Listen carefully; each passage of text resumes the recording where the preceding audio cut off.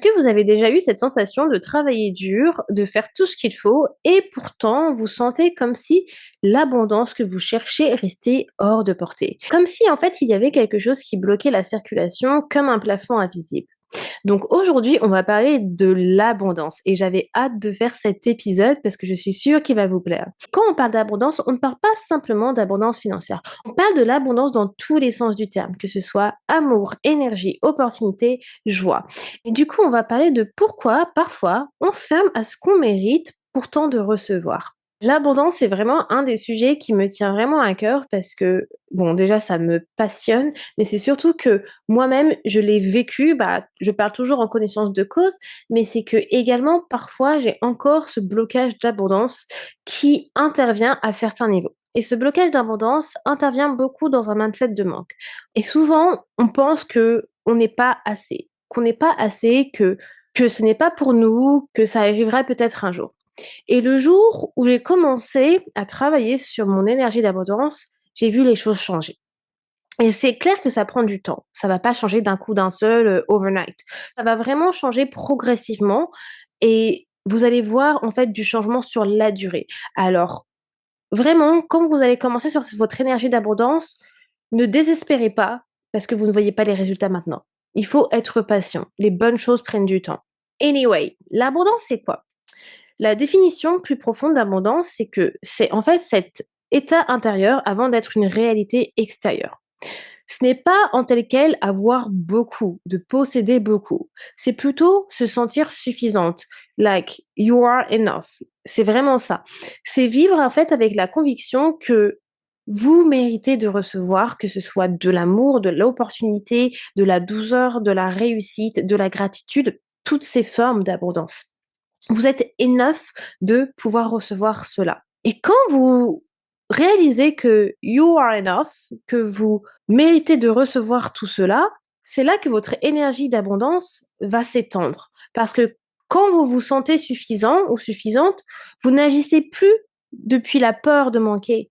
Vous agissez depuis la confiance. Et ce changement d'énergie, c'est un vrai switch. C'est un changement d'énergie, c'est un changement de la peur à la confiance et ça attire des résultats différents. Et à partir de là, c'est là que la loi de l'attraction entre en jeu. Votre état intérieur influence la façon de voir le monde, vos décisions, mais également les connexions que vous vous créez. Et progressivement, la réalité va commencer à s'aligner. Mais pour mieux comprendre l'énergie d'abondance, il faut comprendre le mindset de manque et le mindset d'abondance. Donc, le mindset de manque, il ressemble à quoi? Donc, le mindset de manque, ça va être quand vous allez vous comparer aux autres, que vous allez toujours vous sentir en dessous des autres, que vous allez avoir du mal à vous réjouir du succès de quelqu'un d'autre parce que inconsciemment, tout au fond de vous, vous pensez qu'il y a une quantité limitée de succès disponible. Alors que non, tout le monde peut être successful dans ce monde, clairement. Vous allez avoir peur de demander, donc du coup, vous vous limitez à recevoir. Vous allez avoir peur de prendre, de recevoir, même quand clairement vous le méritez.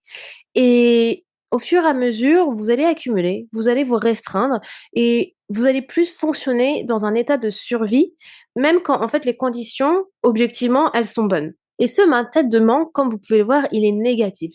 Et je sais clairement qu'il y a aussi des personnes qui appellent ça le mindset de pauvre. Et peut-être que vous-même, vous connaissez ce terme de mindset de manque comme mindset de pauvre.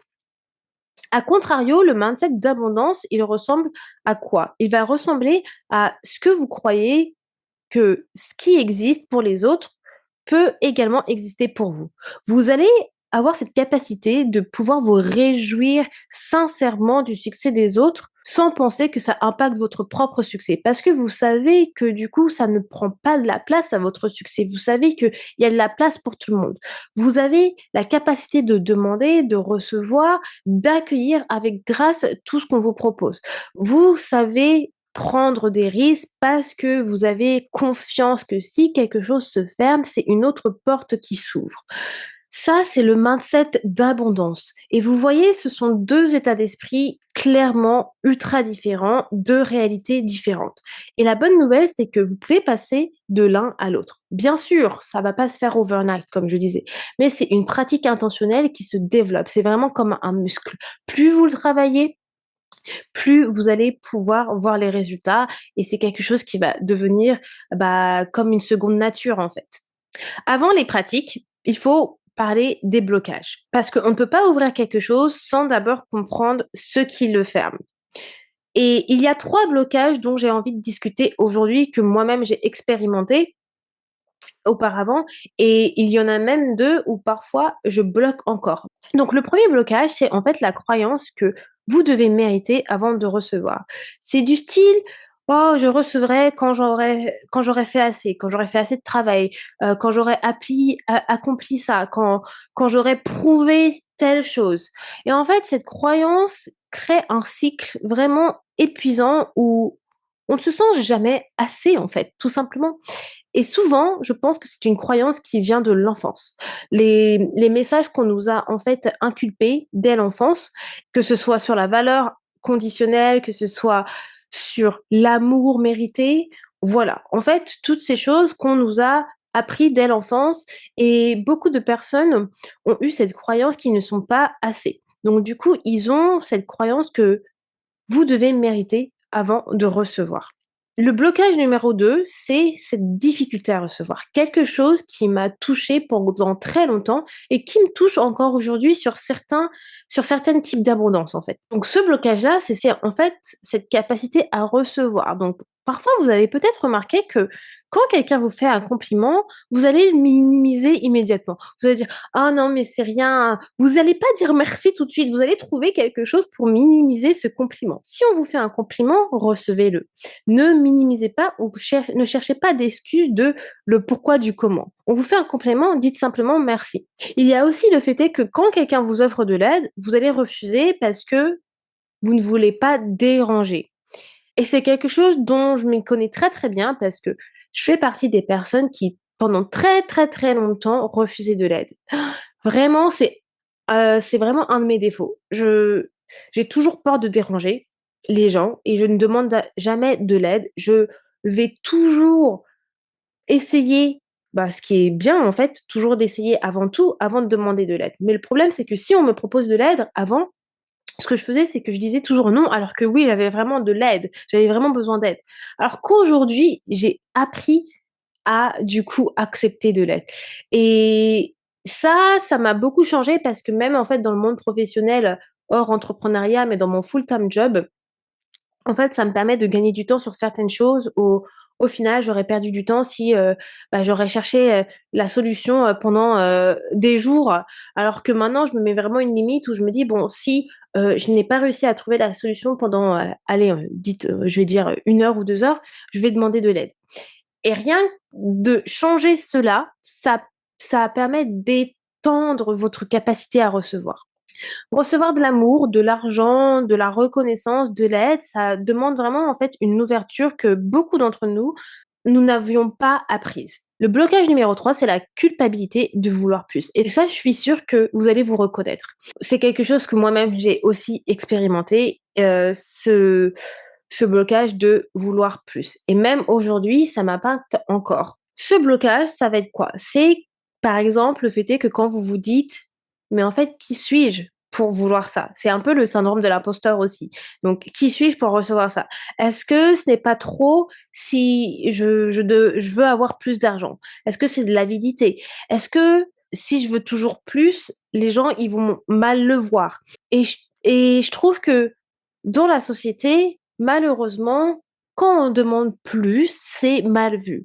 Les personnes qui ont déjà de l'argent et qui demandent plus d'argent, c'est mal vu. Parce que en fait, on va penser à ce que vont dire les gens. Parce que les gens, ils vont critiquer. «Bah, tu as déjà de l'argent, pourquoi tu veux toujours plus?» Parce que oui, il faut se contenter de ce qu'on a déjà. Mais ce n'est pas mal de demander plus. Si vous souhaitez plus, bah, demandez plus. Ce n'est pas mal de demander plus. Il y a des personnes qui vont se contenter de ce qu'ils ont et il y a d'autres personnes qui vont être bold, qui vont être ambitieux, qui veulent plus. Donc demandez plus. Vouloir de l'abondance dans la vie n'est pas honteux, que ce soit de l'abondance financière, que ce soit de l'abondance d'amour, de réussite, peu importe. C'est humain et plus vous êtes bien, plus vous allez vouloir donner. Maintenant, passons à la partie fun qui est la pratique. Je vais vous donner 3 pratiques pour ouvrir votre énergie. La pratique numéro un, ça va être la gratitude active. Encore une fois, vous me connaissez, fan de gratitude. C'est pourquoi je la place en numéro un et que je voulais en parler dans un premier temps. Et là, je parle vraiment de gratitude profonde. Cette gratitude qui remarque ce qui est déjà là. Donc, ce que vous avez déjà. Donc, chaque matin ou chaque soir, peu importe en fait, peu importe le moment de la journée, notez 3 choses qui sont déjà abondantes dans votre vie. Que ce soit votre santé, vos amitiés, je ne sais pas, vos compétences, la sécurité d'avoir un toit aujourd'hui, la sécurité d'être dans un pays où ce n'est pas la guerre. Faites de la gratitude active pour recalibrer votre énergie depuis, en fait, ce mindset de manque. Et en faisant ça, vous allez passer de «il me manque tant» à «j'ai déjà».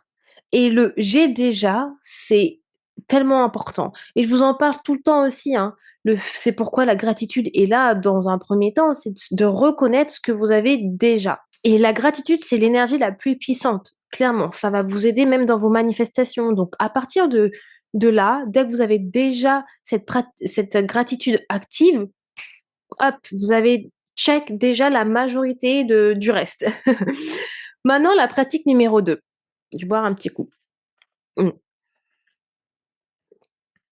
Donc, pratique numéro 2, c'est d'apprendre à recevoir avec grâce. C'est-à-dire que là, vous devez faire, c'est, la prochaine fois que quelqu'un vous fait un compliment, par exemple, dites juste merci. Dites juste merci. Ne cherchez pas de midi à 14h à dire: «Oh mais c'est rien en fait, on m'a donné, cette robe» ou «Oh tu trouves? Ouais bof». Non, non, non, juste merci. C'est suffisant. La personne elle s'attend pas à ce que vous faites un débat sur le pourquoi du comment, cette robe vous va. Non. On vous dit: «Votre robe elle est géniale, vous êtes belle aujourd'hui». Merci, tout simplement. Dans le même sens avec l'aide. La prochaine fois qu'on vous demande de l'aide, acceptez l'aide qu'on vous propose. Si vous en avez besoin, recevez cette aide. Vous galérez, par exemple, peut-être, allez, à faire votre budget, d'accord? Et que vous avez une amie qui vous dit: «Bah, si tu veux, je peux t'aider à le faire» et vous êtes toujours à déflect, en fait, cette conversation-là, vous n'acceptez pas l'aide. Et ben, la prochaine fois, dites simplement: «Oui, ce serait avec plaisir. Est-ce que tu as du temps à tel moment pour pouvoir, qu'on le fasse?» Recevez, recevez. C'est là où ça va vraiment extend votre capacité à recevoir et c'est recevoir avec grâce et recevoir, c'est un muscle, comme je le disais tout à l'heure. Plus vous allez l'exercer, plus il va se développer. La dernière pratique, ça va être de visualiser votre état d'abondance. Et quand je parle de visualisation, je parle vraiment de vraie visualisation. Parce que souvent, les gens, ils vont visualiser et ils vont être dans l'espoir. Ah, et ils vont rêver en fait. Et là, je parle pas de visualiser et rêver simplement. Là, c'est de visualiser vraiment et de ressentir vraiment en pratique de manifestation. Parce qu'en manifestation, quand on visualise, on ressent toutes les émotions. Donc, c'est de la vraie visualisation. Ressentir les émotions tout dans son corps. Donc, vous allez fermer les yeux et vous allez vous imaginer dans la vie que vous souhaitez vraiment. Et surtout, essayez d'ancrer ce ressenti. Donc, ce ressenti, ça va être qu'est-ce que vous ressentissez comme type d'émotion? Est-ce que vous souriez? Est-ce que vous êtes joyeux? Vous êtes euh, ému? Vous êtes en joie? Donc, toutes ces émotions positives. Le type de question que vous pouvez vous poser, ça va être comment vous vous sentez dans cette version de vous, quand vous voyez ces émotions? Du coup, quelles sont les émotions qui vous habitent? Voilà, en fait, c'est ce ressenti-là que vous souhaitez cultiver maintenant. Parce que c'est un ressenti qui aligne votre énergie avec ce que vous recherchez réellement. Donc maintenant, c'est à vous de faire ces pratiques-là, de travailler sur votre énergie d'abondance. Je vous ai donné toutes les clés, je vous ai donné des explications et c'est à vous de faire ce travail sur vous-même. Et je vais terminer avec aussi cette invitation pour vous de faire ces questions introspectives, donc des journaling prompts. Donc prenez votre carnet et écrivez les questions que je vais vous donner là et répondez-y de manière consciente. La première question, c'est dans quel domaine de votre vie vous fermez votre abondance? Ça peut être amoureux, professionnel, professionnel, entrepreneurial ou même professionnel avec un full-time job. Ça peut être financier. Voilà. Écrivez dans quel domaine de votre vie où vous fermez votre abondance. La deuxième question, c'est quelle est la croyance qui me ferme aujourd'hui? Et là, vous pouvez revoir toutes vos croyances limitantes également. Donc, j'ai fait un épisode sur les croyances limitantes. Je vous invite à l'écouter. Je le mettrai en description de cet épisode pour que vous puissiez l'écouter si vous n'avez pas fait ce travail de croyances limitantes. Et ensuite, vous pouvez revenir à cette question. Mais regardez toutes les croyances que vous avez par rapport au domaine, justement, de vie que vous avez sélectionné dans la question 1. La troisième question, c'est: est-ce que je suis prête à questionner cette croyance? Donc là, c'est une question radicale parce que clairement, parfois, on se dit: «Oui, j'ai envie de travailler sur mes croyances», alors qu'en fait, vous n'êtes pas du tout prêt. Vous n'êtes pas du tout prêt à faire ce travail sur vous.